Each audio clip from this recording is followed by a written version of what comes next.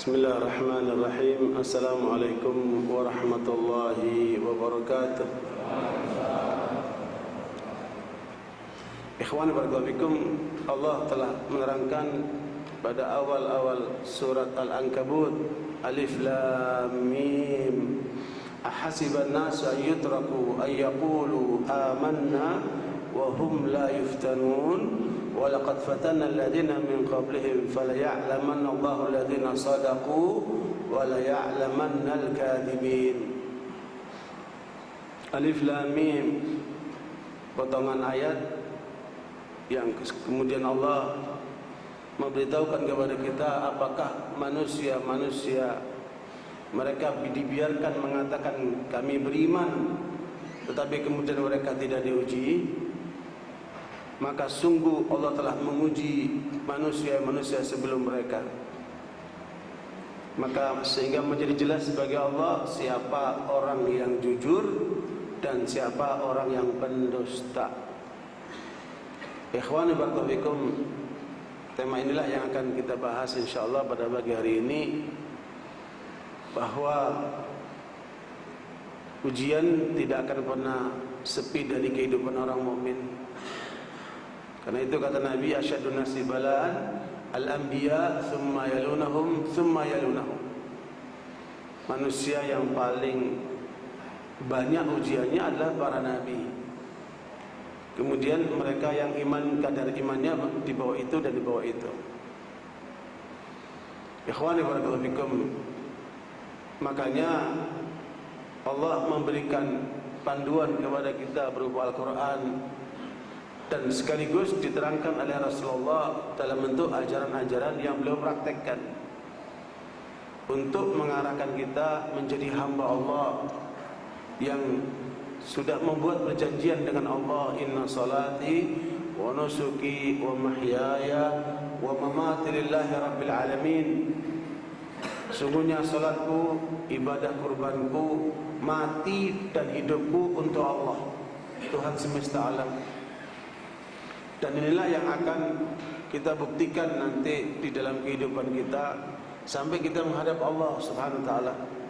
Apakah kita termasuk orang yang jujur dengan pernyataan itu ataukah termasuk pendusta? Makanya kejujuran itu cirinya orang mukmin dan kebohongan itu cirinya orang munafik. Sehingga karenanya Rasulullah SAW mengingatkan kepada kita, al-mu'min la yakdzib. Orang mukmin tidak akan berdusta. Makanya kejujuran itu menyampaikan berita apa adanya secara bahasa. Tetapi kandungan kebenaran itu, kejujuran itu adalah bagian daripada keimanan yang lawannya adalah kebohongan. Allah SWT memerintahkan kepada kita di dalam surat At-Taubah ayat 19, ya ayyuhalladzina amanu taqullaha wa kunu ma'as shadiqin. Wahai orang yang beriman, bertakwalah kepada Allah dan hendaknya kalian senantiasa bersama orang-orang yang jujur. Ayat ini sebelumnya terkait dengan 3 orang sahabat Nabi yang karena mereka merasa yakin dengan kemampuan kudanya, persiapan fisiknya dan perlengkapan untuk berperangnya, sehingga mereka kemudian menggampangkan masalah. Di dalam diri mereka mengatakan ini ada Ka'ab bin Malik, ada Hilal bin Umayyah dan Sa'id yang lainnya. Kemudian biarlah mereka berangkat dulu, nanti kita menyusul, karena kita masih banyak kesibukan urusan duniawi. Kita selesaikan dulu, nanti kita kejar mereka. Ya, yaitu terjadi pada perang Tabuk. Dengan harapan mereka bisa mengejar karena kondisi kendaraannya fit, ya, fisik mereka bagus dan persiapan perlengkapannya memadai. Tetapi apa yang terjadi? Karena orang yang suka menunda kebaikan, ujungnya dia akan kelewatan. Nah, terjadilah 3 orang ini terlambat pada saat mereka mengejar pada perang Tabuk itu. Ternyata perang sudah selesai. Mereka datang dengan membawa penyesalan karena waktunya sudah terlewatkan. Karena itu Rasulullah SAW menghukum mereka. Ya, biasanya kalau ada orang-orang yang terlambat, kalau orang itu kategori munafik, maka dia akan cari alasan-alasan. Alasan istrinya sakit, alasan anaknya butuh perawatan, alasan kekurangan dana, alasan panas, alasan-alasan macam-macam.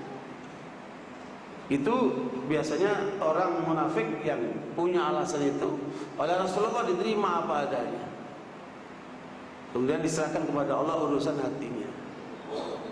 Tetapi 3 orang ini, sahabat Nabi ini, dia nggak mau bersikap seperti itu. Dia jujur apa adanya. Memang ini keteledoran. Dia punya kemampuan untuk ikut bersama, tapi karena menggampangkan tadi itu sehingga mereka terlambat.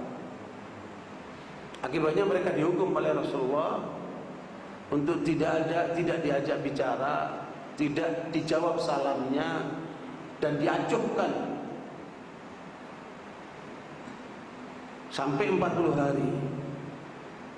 Mereka pun merasa sempit hatinya. Mereka pun mendekati Rasulullah, memberikan salam dengan harapan untuk dijawab salamnya. Rasulullah pun terdiam karena mereka sedang dihukum oleh Rasulullah SAW. Sudah 40 hari mereka diperintahkan kepada istri-istrinya untuk menjauhi suami-suaminya itu. Tambah sempitlah hati mereka. Bahkan istri Hilal bin Umayyah minta izin sama Rasulullah secara khusus karena dia orang tua. Ya, tidak diizinkan, biarlah mereka itu sebagai hukuman. Sampai Allah turunkan ampunan buat mereka. Sampai Allah turunkan wahyu. Turunlah ayat Al-Quran ini yang kemudian mengampunkan mereka, menerima taubat mereka. Dalam posisi seperti itu dia ditawari, mereka ini ditawari oleh Raja Husain, kaum Nasara, udahlah kalau kalian kemari, kami akan angkat menjadi tokoh-tokoh di tempat kami. Tinggalkan Islam itu. Makanya ujian hidup ini akan banyak seperti itu. Jadi kita akan berhadapan kepada benturan diri kita sendiri, ya, kemudian benturan dengan keluarga, dengan masyarakat, dengan kepentingan-kepentingan. Karena inilah kemudian seorang kalau imannya kokoh, dia tidak terbawa dengan pengaruh yang ada itu. Makanya hidup hanya 2, mempengaruhi atau dipengaruhi. Orang mukmin yang kuat imannya, dia mempengaruhi, tidak terpengaruh dengan yang ada. Harusnya seperti itu. Tetapi kadang-kadang iman seseorang naik dan turun. Nah, naiknya itu karena ketaatan, turunnya karena kemaksiatan. Apabila dosa seseorang terjadi, maka iman semulai menurun dia. Makanya coba kita biasakan setiap hari baca 1 juz, sehingga 30 hari khatam. Meskipun standarnya yang dikasih oleh Nabi 3 hari sekali khatam Quran, berarti sehari 10 juz. Karena adanya kelemahan pada iman kita, kita kurangi batas itu, sehingga setiap hari 1 juz, 30 hari khatam. Kita ikutilah pola yang kedua ini. Karena kualitas iman kita yang lemah ini, kita sehari baca Quran 1 juz. Ketika kita konsisten 30 hari khatam, tetapi ada saat-saat tertentu karena keimanannya menurun, maka semangatnya pun menurun, kesempatannya semakin menyempit, sehingga kemudian tidak lagi mampu untuk menyelesaikan sehari 1 juz. Ya udah, hari ini cuma 1/2 juz. Nanti besok lagi ada kesempatan melemah lagi karena ada peluang-peluang ini macam-macam, pikiran macam-macam, menurun lagi, tinggal 1/4 juz. Sampai tinggal 5 lembar, sampai tinggal 1 lembar, sampai ada sehari tidak baca Quran sama sekali. Nah, ini tandanya ada dosa dengan kita. Mengapa kemudian suatu saat kita sholat berjamaah itu menjaga 5 waktu, selalu berjamaah di masjid 5 waktu, bahkan kadang-kadang sebelum adzan sudah di masjid. Dan itulah yang kemudian seharusnya seorang mukmin menunggu saat datangnya adzan sholat. Ya, bagi orang-orang soleh yang imannya kuat itu, adzan itu hanyalah panggilan bagi orang yang lalai. Bagi orang yang imannya kuat, dia sebelum adzan sudah di masjid. Ada seorang anak di satu tempat umur kelas 3 SD, karena dia suka mendengarkan ceramah, rupanya termotivasi. Ya, di antaranya adalah 7 orang manusia yang akan mendapatkan perlindungan di sisi Allah. Satu di antaranya, warajulun qalbuhu mu'allaqun bil masajid, seorang yang kalbunya terikat dengan masjid. Setiap sholat dia di masjid, setiap sholat di masjid. Anak muda ini, anak kecil ini terpacu imannya sehingga setiap subuh dia di masjid. Karena kalau siang, zuhur, asar biasanya di sekolahan kelas 3 SD. Tapi anak ini karena begitu semangatnya, dia suka datang ke masjid sebelum adzan subuh. Bahkan seringkali dia bangunin itu marbut masjidnya itu, muadzinnya itu. Pak, bangun Pak, udah dekat subuh Pak. Assalamualaikum Pak, bangun Pak, dekat subuh Pak. Anak yang umur kelas 3 SD ini, saking seringnya bapak ini dibangunin sama anak ini, terakhir dia ngalah. Udah nak, kamu aja pegang kunci masjid, kamu yang azan aja deh, habis kamu selalu duluan. Subhanallah. Ini anak soleh. Ya, betapa beruntungnya orang tua punya anak seperti ini. Yang keliru besar ketika kemudian anaknya ke masjid, bapaknya masih tidur di rumah. Ya, yang lebih parah lagi, bapaknya ke masjid, anaknya dibiarkan tidur di rumah. Bapak seperti ini nanti tanggung jawabnya besar di sisi Allah Subhanahu wa taala. Padahal anaknya sudah sepantasnya ke masjid. Anak sudah umur 7 tahun ke atas itu harus dilatih ke masjid. Ya, dan jangan kita seperti pengurus-pengurus masjid lain. Justru anak-anak yang umur-umur segitu malah diomelin supaya jauh dari masjid. Ini nanti generasi mudanya akan jauh dari masjid kalau anak-anaknya dijauhkan dari masjid.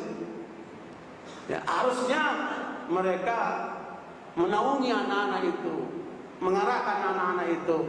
Masing-masing orang tua mengendalikan anaknya. Kalau udah di umur 7 tahun ke atas itu boleh dibawa ke masjid. Umur 7 tahun di bawah jangan, nanti mengganggu yang lain. Karena umur 7 tahun itu harus diajarkan sholat. Kata Nabi, al-alimu auladakum as-salata wa hum abna'u sab'in wadribuhum wa hum abna'u 'ashrin. Ajarkan anakmu sholat, bawa ke masjid ketika anak itu sudah umur 7 tahun. Kalau sebelum itu dia masih belum bisa mengendalikan dirinya. Ya, diarahkan, ajarkan sholat. Kalau udah umur 10 tahun membangkang, nggak mau sholat, boleh dipukul yang tidak menyakitkan. Saya masih ingat guru saya memberikan pelajaran kepada saya bersama kawan-kawan lain, masih kecil-kecil, masih kelas 6 SD atau kelas 1 SMP. Ketika kita sholat, ustadz kita di depan, kita bercanda, namanya anak injek kaki lah, sikut-sikutan lah. Akhirnya timbul suara tertawa. Dan itu terlarang tentunya kan. Sholat dilarang tertawa. Selesai sholat, ustadz itu nanya, Allah yarhamu, semoga Allah merahmatinya. Nanya, siapa tadi waktu sholat tertawa? Semuanya kita tertawa. Udah beliau masuk ke kamar, ambil rotan, sujud semuanya. Suruh sujud. Kemudian dipukulkanlah di bawah kaki saya. dipukul rotan apa di bagian kaki ini. Sampai sekarang kita nggak lupa. Tidak membahayakan. Inilah pendidikan. Karena dianggap sudah umur 10 tahun lebih, tapi masih bercanda salahnya. Diperlakukan dengan cara itu. Itu perintah Rasulullah. Wadribuhum wa hum abna'u ashrin. Boleh pukul, tetapi yang tidak membahayakan. Bagaimana bagian kaki. Tapi itu kemudian menyadarkan kita, sejak itu kita nggak pernah bercanda lagi ketika sholat. Jadi itulah cara pendidikan yang benar. Ikhwan barakallahu. Makanya di dalam menjalankan hidup ini harus penuh dengan kejujuran. Ya, jujur kepada Allah, jujur kepada diri sendiri, dan jujur kepada orang lain. Makanya jujur itu tidak hanya terkait dengan lisan. Ya, boleh saja kita melihat orang itu lisannya jujur, tapi belum tentu hati dan perbuatannya jujur. Sampai terbukti tiga-tiganya menjadi satu kesatuan. Ya, yang paling tahu ya diri kita sendiri. Nggak usah lihat orang lain, lihatlah diri kita sendiri. Makanya Rasulullah SAW mengingatkan kepada kita tentang al-mu'min la yakdzib. Orang mukmin nggak akan berdusta. Makanya Allah turunkan di dalam Al-Quran itu ada sekitar 153 ayat yang terkait dengan kejujuran. 153 ayat, cukup banyak itu, mengingatkan kita tentang arti kejujuran itu, supaya kita tidak termasuk kategori orang yang munafik, yang berpenyakit dan kalbunya.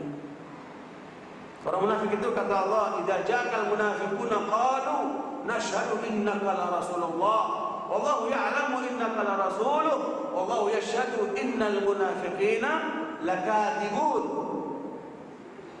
Kata Allah, perhatikan, ketika orang-orang munafik datang kepadamu wahai Muhammad, mereka mengatakan kami bersaksi kamu utusan Allah. Allah tahu engkau adalah utusan Allah, tetapi orang-orang munafik itu hanya berdusta. Kenapa mereka dikatakan berdusta? Karena Islamnya cuma KTP. Kalau bahasa sekarang ini, Islamnya itu cuma nama. Namanya Muslim, tapi dengar azan tidak memenuhi sholat, tidak memenuhi panggilan Allah. Namanya Muslim, tapi tidak bertanggung jawab di dalam dirinya dan keluarganya. Namanya Muslim, tetapi kemudian hidupnya tidak tertuju kepada Allah Subhanahu Wa Taala. Orang-orang seperti ini, dia telah berdusta kepada Allah. Sebenarnya dia telah mendustai dirinya sendiri. Karena Allah nggak butuh kepada manusia. Makanya kejujuran itu menjadi cirinya orang mukmin, kebohongan menjadi cirinya orang munafik. Dan jangan sampai sekali-kali kita mengajarkan anak kita bohong. Ketika ada orang telepon ke rumah, orang itu rupanya ingin lagi utang.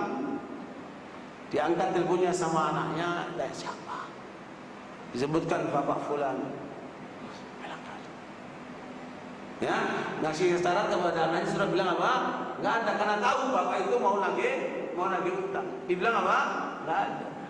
Atau nyuruh istrinya, ketika ada orang datang mau nagih utang, bilang nggak ada. Ini orang yang telah mengajarkan kebohongan kepada keluarganya. Naudzubillah min dzalik. Makanya Rasulullah SAW menyebutkan, da'ma yuribuka ila ma la yuribuk. Tinggalkan yang ragu sampai kamu tidak ragu. As-sidqu tumaninah wal kadhibu raibah. Hadis yang sahih riwayat Tirmidzi, Rasulullah menyebutkan bahwa kejujuran itu membawa ketenangan. Ya, tinggalkan yang ragu sampai kamu tidak ragu. Sesungguhnya kejujuran itu membawa ketenangan, kata Rasulullah. Adapun dusta, bohong, itu yang bikin keraguan. Hidup jadi nggak tenang. Tetapi cobalah lihat dalam kehidupan kita, orang pinter banyak Pak. Ya, orang mungkin jenius banyak, tapi orang yang jujur tidak banyak.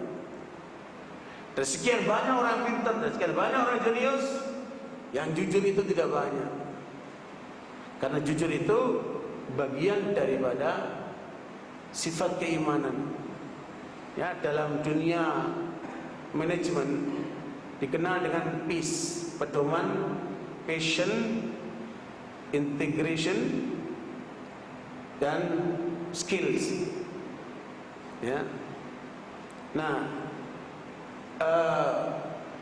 di dalam masalah passion itu bisa ditingkatkan lewat apa? Lewat motivasi. Skill bisa diberikan lewat peningkatan lewat workshop.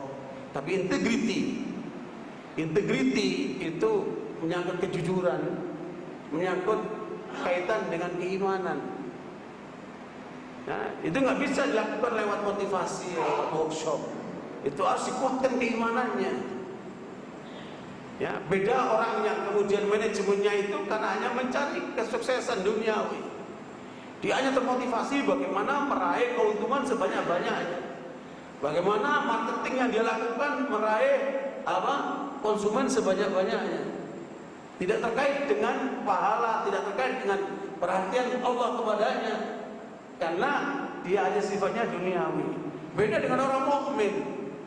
Ya, integritas dirinya itu dia melakukan itu karena Allah, sesuai dengan syariat Allah. Dia nggak mungkin berdusta. Dia nggak mungkin menipu customernya. Dia nggak mungkin mengatakan sesuatu yang buruk, yang baik dikatakan buruk atau sebaliknya. Dia akan mengatakan apa adanya. Nah, integritas inilah yang sekarang mengalami erosi dalam kehidupan umat dan bangsa ini. Mengapa adanya orang-orang koruptor itu? Ya, negeri kita termasuk negeri yang terkenal korupsi nomor 3 di dunia. Kebocoran dana negara lewat korupsi ini luar biasa. Sampai dibentuknya KPK itu kan. Sebenarnya KPK juga perlu. Ya, aturan hukum yang ada itu sudah memadai, tetapi karena tidak bisa menangani begitu meruyaknya korupsi itu sampai ke instansi-instansi pemerintah itu, termasuk instansi hukumnya, maka diperlukanlah kemudian dibentuk KPK untuk menyelesaikan masalah itu. Pun yang disampaikan keluhannya itu ribuan keluhan atau laporan yang bisa diproses cuma puluhan setiap harinya itu. Ikhwan berkabung, makanya ini penyakit apa ini? Penyakit keimanan. Bahkan kemudian tidak jarang negara jual oleh mereka karena hanya orientasinya sebatas ingin meraih kesuksesan duniawi yang menipu itu. Nah, orang seperti inilah yang kata Allah, wailu yauma'idzil lil mukadzibin.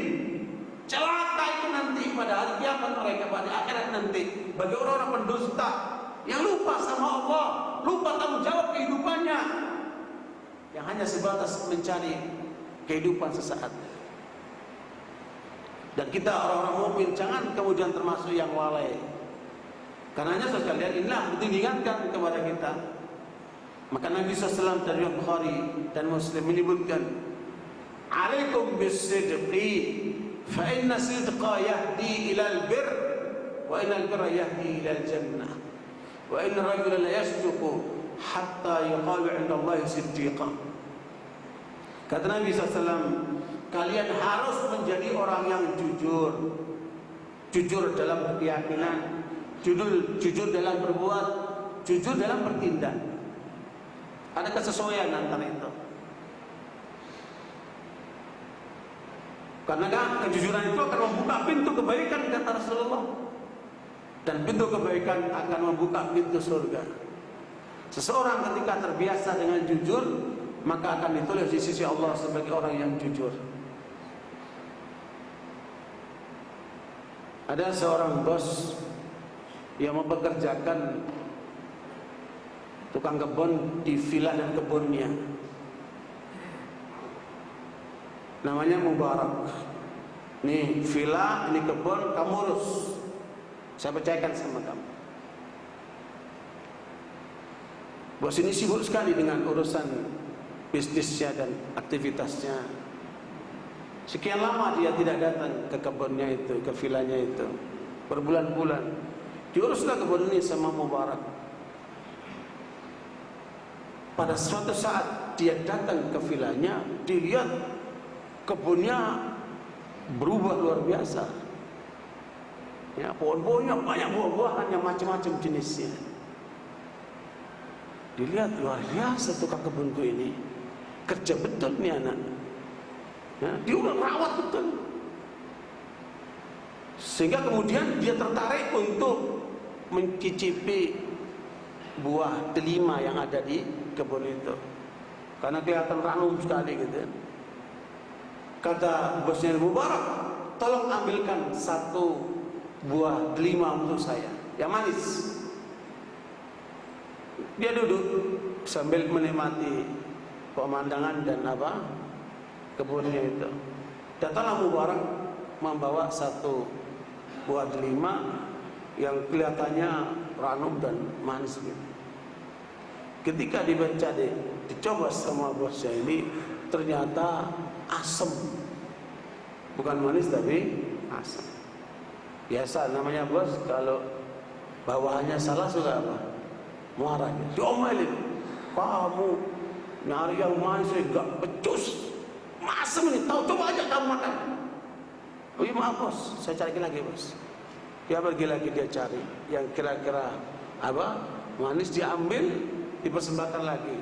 Yang kedua asam lagi, tambah mulai menaik lagi marahnya itu. Maaf bos, cari lagi yang ketiga. Yang ketiga ternyata nggak beda lagi, asam lagi, udah memuncak itu marahnya dia. Memang kamu gak becus begini. Maka Mubarak saya mengatakan, maaf bos, selama saya menerima amanat kebun dan villa ini, saya belum pernah mencicipi buah-buah yang ada di pohon itu, karena selama ini saya belum dapat izin dari bos. Bagaimana saya tahu ini manis, ini asam? Karena saya sendiri gak nyicipin. Yang benar kamu? Benar, saya belum pernah nyoba itu, karena saya belum dapat izin dari bos. Saya dapat tugas untuk merawat, tapi sampai sekarang saya belum mencicipin itu. Tadinya marah, tadinya ngomel, berubah jadi respect. Berarti anak ini jujur. Ya, padahal nggak dikontrol. Mau dia ngambil berapa, mau dijual berapa, orang nggak tahu. Tapi anak ini jujur, nyoba saja tidak, apalagi jual kan. Subhanallah. Jadi respect bosnya ini. Maka kemudian bos ini mengalihkan pendapat. Udah dah, kamu duduk sini, kamu duduk sini. Udah, dalam artinya udah respect. Ini anak jujur. Hanya duduk kamu sini sekali. Diajalah bicara sama bosnya ini, Mubarak, kita ngomong yang lain. Saya mau minta pendapat kamu. Makanya jangan suka meremehkan bawahan kita. Belum tentu pandangan bawahan kita tidak lebih bagus daripada kita. Dia bilang begini, Mubarak, gimana pendapat kamu? Saya punya anak perempuan, sekarang ini lagi banyak yang meminang. Ada pejabat, ada pengusaha, bahkan ada mahasiswa. Ya, macam-macam lah jenisnya. Menurut kamu, siapa yang pantas saya nikahkan untuk anak saya? Kata Mubarak begini, maaf tuan, kalau dulu orang Arab jahiliyah itu menikahkan anaknya, dasarnya pertimbangannya adalah keturunan. Kalau keturunannya ningrat terhormat, dia akan kasih. Kalau Yahudi yang diukur fulus, kalau yang Minang itu orang berduit, dia kasih. Kalau orang Nasoro itu ukurannya cakep, kalau yang Minang itu cakep, dia kasih. Tapi kalau Islam, Rasulullah mengajarkan kepada kita, tungkahul mar'atu li arba', perempuan dinikahi karena 4 sebab: limaliha, wali jamaliha, wali nasabiha, wali diniha, fadfar bidzati dini taribat yadak. Wanita dinikahi karena 4 sebab: kecantikannya, kekayaannya, keturunannya, dan agamanya. Tekankan agama, maka kamu selamat. Kita diajarkan oleh Rasulullah SAW untuk mencari calon menantu untuk anak kita ada yang paling bagus agamanya. Silakan tuan lihat dari semua yang minta itu, lihatlah, perhatikan terhadap agamanya. Yang paling bagus agamanya, itulah jatuhkan pilihan untuk anak Tuhan. Tambah kagum lagi nih bos. Wah hebat juga lu ya. Ya, subhanallah. Ya, mungkin bapak ini hebat dalam dunia bisnisnya, tapi kurang hebat dalam dunia ilmu agamanya. Mubarak lebih paham. Ya udah, masukan itu begitu berharga bagi bapak ini. Ya udah, terima kasih, saya balik dulu. Assalamualaikum. Dia pergi ke Utalah di puncak sana, dia balik ke Jakarta gitu ya. Temu istrinya, dia ceritain kekagumannya kepada si Mubarak tukang kebun itu. Begini mah.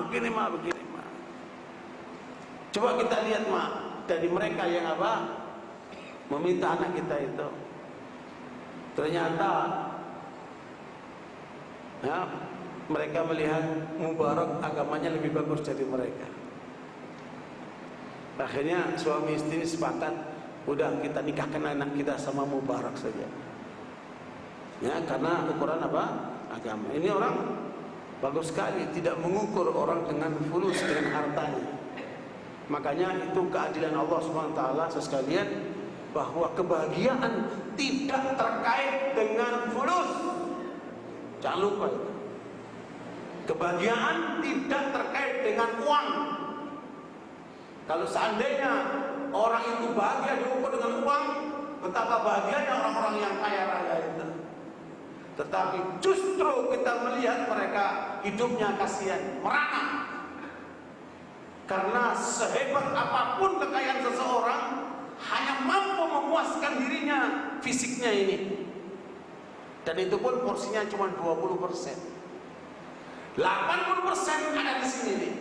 Ada dalam keimanan.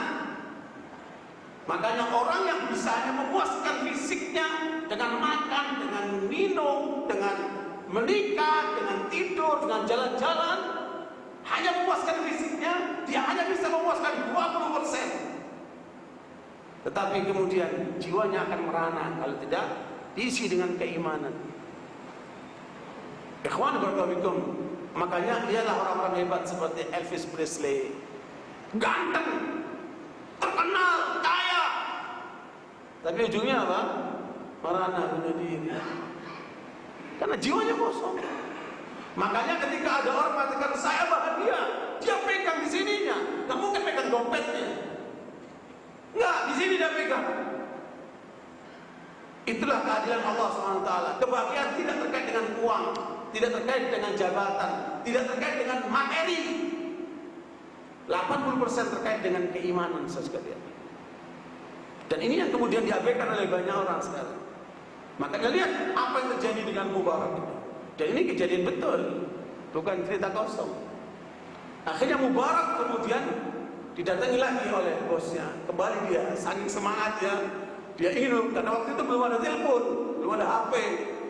Dia datang lagi ke kebunnya. Mubarak, saya udah bicara sama istri, kita harus sepakat, kita mau nikahkan kamu dengan anak kami. Kata Mubarak, enggak nolak Tuhan. Akhirnya dinikahkanlah Mubarak dengan putri si bosnya ini. Setelah menikah, Mubarak dipanggil sama mertuanya, Mubarak, kamu sekarang sedang menantu kami, villa dan kebun itu ambil buat kamu. Modalnya apa? Modalnya apa? Kejujuran. Subhanallah. Nah, itu saja. Saya merantau dari Jawa Timur ke Jakarta sendirian, nggak kenal siapa-siapa. Saya modalnya cuma itu saja. Tawakal sama Allah, modal kejujuran, modal dengkul. Masuk di Libya, ikut ujian, merasa bisa, tapi nggak diterima. Saya nggak diterima. Yuk Allah, udah jauh-jauh dari Jawa Timur, tes di Libya nggak diterima. Waktu itu hanya di situ sekolah yang gratis, di tempat lain semua bayar. Mau di pesantren manapun bayar. Waktu itu tahun 82 lah. Gimana? Saya kalau nggak sekolah sini nggak bisa sekolah lagi karena nggak punya biaya. Anak yatim. Akhirnya sebenarnya yatim itu umurnya 15, waktu itu saya udah lebih dari itu. Tapi kata orang itu ya, sebenarnya yatim itu hanya sebatas umur 15 tahun. Ini sampai tua masih yatim juga. Tapi saya apa adanya. Saya datangin itu direkturnya. Saya udah tes, tapi nama saya nggak muncul. Saya ingin diterima di sekolah ini. Ya udah kamu pulang kalau kamu nggak diterima. Mungkin kamu kepintaran, mungkin kamu balul. Ya udah kamu pergi. Karena namamu sudah nggak ada, ya sudah pergi. Nggak, saya nggak mau pulang kalau nggak diterima di tempat ini. Ngotot. Ini orang bingung. Ini anak beda lagi nih. Terus, yaudah, kamu datang minggu lagi sini. Mungkin ngetes dia. Minggu lagi, seminggu itu kan harus makan, tinggalnya di mana, butuh biaya kan. Udah tawakal sama Allah. Minggu lagi datang saya ketemu lagi sama dia. Sampai dia kapok. Ya, begitu lagi, minggu lagi. Sampai sebulan. Sebulan. Saya masih ingat itu pakai sepatunya itu sepatu bata yang plastik gitu. Waktu itu masih plastik itu, pakai itu. Udah, pokoknya saya mau di sekolah sini. Karena saya nggak punya biaya di tempat lain. Karena saya pernah masuk di Gontor, seminggu saya keluar kenapa? Takut biayanya. Akhirnya setelah sebulan dia datengin terus, jangan terus bosen ini direktur dia orang Arab. Terakhir dia bilang apa? Kamu bukan orang Indonesia, lasta Indonesia, Anda Badui. Dia bilang kamu bukan orang Indonesia, kamu di Badui kata dia. Nggak mau urusan, mau ngomong apa, pokoknya saya masuk sekolah sini. Kamu gak polos gitu kan dari kampung. Akhirnya berapa nomormu? Pak, ambil nomornya. Dilihat hasilnya bagus. Karena saya yakin saya bisa ikut ujian itu. Kenapa nggak diterima? Itu yang dituntut. Coba dicek dulu kenapa saya nggak diterima, langsung saya bisa. Akhirnya dilihat hasilnya bagus. Dikasih rekomendasi kamu tes ulang. Dites ulang di atas. Alhamdulillah diterima langsung naik kelas 4. Bukan kelas 1, langsung diterima kelas 4. Alhamdulillah. Jadi mengurangi umur berarti kan. Jadi sekalian, kejujuran itu luar biasa. Saya rasain sendiri. Silakan Anda rasakan sendiri. Apa yang dialami oleh Mubarak ini luar biasa. Dari Mubarak inilah lahirnya seorang ulama besar namanya Abdullah bin Mubarak. Ulama yang terkumpul 3 sifat. Jarang ulama yang terkumpul 3 sifat. Dia ulama besar, dia mujahid besar, dia pengusaha sukses. Itulah Abdullah bin Mubarak. Kata Imam Az-Zahabi rahimahullah, kalau Abdullah bin Mubarak dibandingkan dengan sebagian sahabat, dan sebagian sahabat itu bukan sahabat, niscaya Abdullah bin Mubarak lebih baik dari mereka. Tapi tetap saja Abdullah bin Mubarak kalah karena mereka itu sahabat, ketemu Nabi. Itu kemuliaan sendiri. Ya. Nah ini orang-orang Syiah, kurang ajar banget itu, nyela-nyela sahabat, menghujat sahabat. Belum ada apa-apanya dia. Sholat aja 3 waktu, kurangi. Sholat 5 waktu dikurangi berapa? 3 waktu. Jumatan ya Jumatan. Jumatan itu syariat Rasulullah, ditinggalin. Itu mencela-cela sahabat. Siapa kamu? Ya. Makanya ketika kemarin ada orang Syiah alumni KUM yang kemudian sadar kembali kepada sunnah, saya ajarkan kamu belajar itu sunnah Rasulullah, kamu pelajari itu sejarah Rasulullah, karena mereka ini orang-orang Syiah ini jauh dari Rasulullah, jauh dari sunnah Rasulullah. Apa yang terjadi sekalian? Yang menyampaikan sama saya, ketika dia baca tentang sahabat Nabi, pingsan dia. Tuh, nggak masuk di akal dia. Orang sehebat seperti ini dicaci maki oleh Syiah itu. Dia merasa berdosa ketika jadi Syiah. Sadar dia. Coba pelajari tentang sahabat Nabi itu. Saya diajarkan oleh guru saya, seorang ulama dari Syria. Dia mengatakan kalau kamu ingin lembut hatimu, pelajari itu kitab Sifatus Safwan. Itu tentang sejarah sahabat radhiyallahu anhu, bagaimana hidup mereka, bagaimana ibadah mereka, bagaimana perjuangan mereka, bagaimana kejujuran mereka. Nampak sekali. Kata Anas bin Malik, dulu kami Nabi sebagai sahabat itu banyak yang masuk Islam karena ingin mengharap dunia. Perang ingin dapat ghanimah, masuk Islam ingin dapat pemberian dari Rasulullah. Karena Rasulullah kalau memberi itu nggak hitung-hitungan.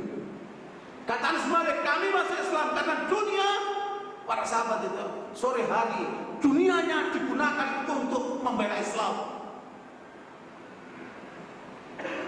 Ada dai-dai yang mengemukakan kepada ulama besar.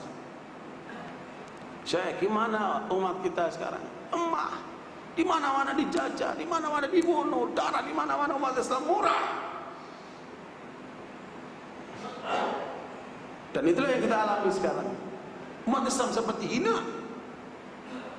Jumlahnya seperempat penduduk dunia, tetapi di mana-mana kita dihinakan. Termasuk dihinakan sama Syiah di Irak, di Syria, di Lebanon, di Yaman. Jangan sampai kita dihinakan mereka di Indonesia. Harus kita lawan mereka itu. Mereka itu perusak-perusak kita. Ikhwan barakatum, apa jawaban ulama ini? Wala tahinu, wala tahzanu, wa antumul a'launa in kuntum mu'minin. Jangan kamu merasa hina, jangan kamu merasa sedih. Kalian orang-orang ditinggikan oleh Allah dengan syarat selama kalian orang-orang mukmin. Dan syarat mukmin ini adalah diantaranya adanya sifat kejujuran. Makanya kata Ibnu Qayyim rahimahullah, iman seseorang itu intinya ada pada kejujuran. Itulah yang membedakan arti kejujuran dan keikhlasan. Kejujuran itu yang membedakan antara iman dan kufur. Keikhlasan membedakan antara tauhid dan syirik. Dua hal yang berbeda. Karena itu sekalian, kejujuran ini yang harus kemudian kita bawa. Dalam riwayat Imam Muslim, Rasulullah SAW menyebutkan, man talaballaha asy-syahadah, siapa yang minta kepada Allah mati syahid bisidqin, dengan jujur, maka Allah akan menghantarkan dia kepada tingkatan para syuhada meskipun dia meninggal di tempat tidur. Begitu arti kejujuran itu. Saya kemarin mengarahkan anak-anak pesantren masih kelas 1, kelas 2 SMP. Dan di situ ada orang tuanya, laki perempuan. Saya tanya sama anak-anak itu, siapa yang siap mati syahid? Semuanya mengangkat. Semuanya mengangkat. Luar biasa. Ini baru pendidikan benar nih. Ini baru pendidikan benar nih. Luar biasa. Ditanamkan ke dalam diri mereka kejujuran kepada Allah. Siapa yang ingin mati syahid, minta sama Allah dengan jujur. Kalaupun dia mati di tempat tidur, dia akan disampaikan pada derajat syuhada. Tapi banyak di antara kita yang tidak jujur. Saya diundang ngisi di tempat kumpulan para dai, kader-kader dai. Saya tanya pertanyaan yang sama. Siapa di antara kalian yang siap mati syahid?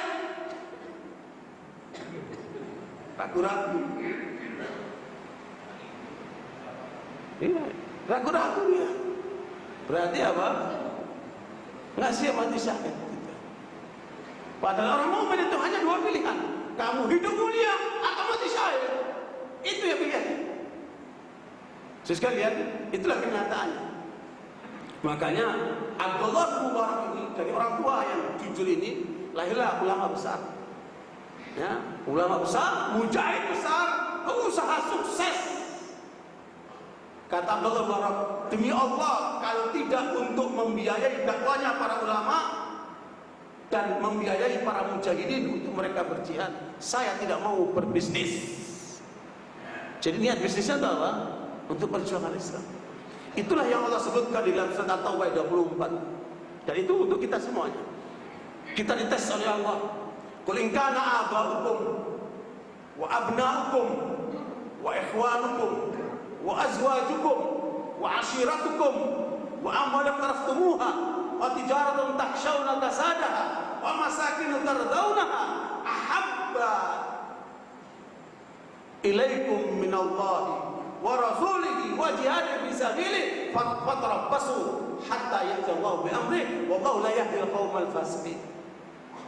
Ini termasuk ujian yang diberikan oleh Allah. Katakan kepada umat Islam yang ngaku orang-orang muslim itu, Kalau bapak-bapak kalian, anak-anak kalian, saudara kandung kalian, istri-istri kalian, keluarga besar kalian, harta yang kalian perdagangkan, ya, keluarga besar kalian, bapak-bapakmu, anak-anakmu, saudara-saudaramu, istri-istrimu, keluarga besarmu, perdagangan yang kamu kembangkan, ya, kemudian apa? Harta yang kamu miliki dan rumah-rumah yang kamu tempati, yang kamu senangi, itu lebih kamu sukai, lebih kamu cintai, lebih kamu harapkan daripada kamu berjuang di jalan Allah. Kamu mendahulukan Allah, mendahulukan Rasul, dan berjuang untuk Islam. Kalau sampai 8 poin itu lebih kamu utamakan dari 3 ini, maka tunggu saat, ya, mau kematian, ya mungkin kamu akan dihukum, dan Allah tidak berikan petunjuk kepada orang fasik. Maknanya 8 hal yang kita miliki, bapak kita, anak kita, saudara kita, istri-istri kita, keluarga besar kita, semua yang kita miliki itu harus kita perdayakan untuk mencari ridho Allah, untuk mendukung perjuangan Rasulullah, untuk membela Islam. Dan itulah yang akan kita diminta pertanggungjawaban oleh Allah nanti di kuburan. Apa hubunganmu dengan Allah? Apa hubunganmu dengan Rasul? Dan apa nilai perjuanganmu untuk Islam? Dan masing-masing akan menjawab sesuai dengan amalnya. Mulut yang suka berdusta ini tutup sama Allah. Al-yawma nakhtimu ala afwahihim wa tukallimuna aydihim wa tashhadu arjuluhum bima kanu yaksubun. Pada hari itu ditutup mulut-mulut kita itu. Ya, bicara tangan kaki, anggota tubuh kita atas apa yang kita perbuat. Makanya kalau kita berdosa sama manusia, Allah tidak bisa kita dustai. Ya, makanya kejujuran ini harus muncul dari keyakinan, diucapkan oleh ucapan dan dibuktikan oleh perbuatan. Mari kita buktikan semua itu pada masing-masing diri kita, sehingga kita ketika berjumpa dengan Allah, kita punya bekal.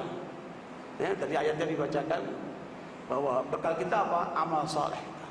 Ya, mudah-mudahan dengan itu Allah curahkan rahmat buat kita sehingga kita dimasukkan ke dalam surga dan diampunkan dosa-dosa kita. Aku qouli hadza wa astaghfirullahi wa lakum wa sallallahu Muhammad sallallahu alaihi wasallam asyhadu an la ilaha illa anta astaghfiruka wa atubu ilaik. Alhamdulillah. Wassalamualaikum warahmatullahi wabarakatuh.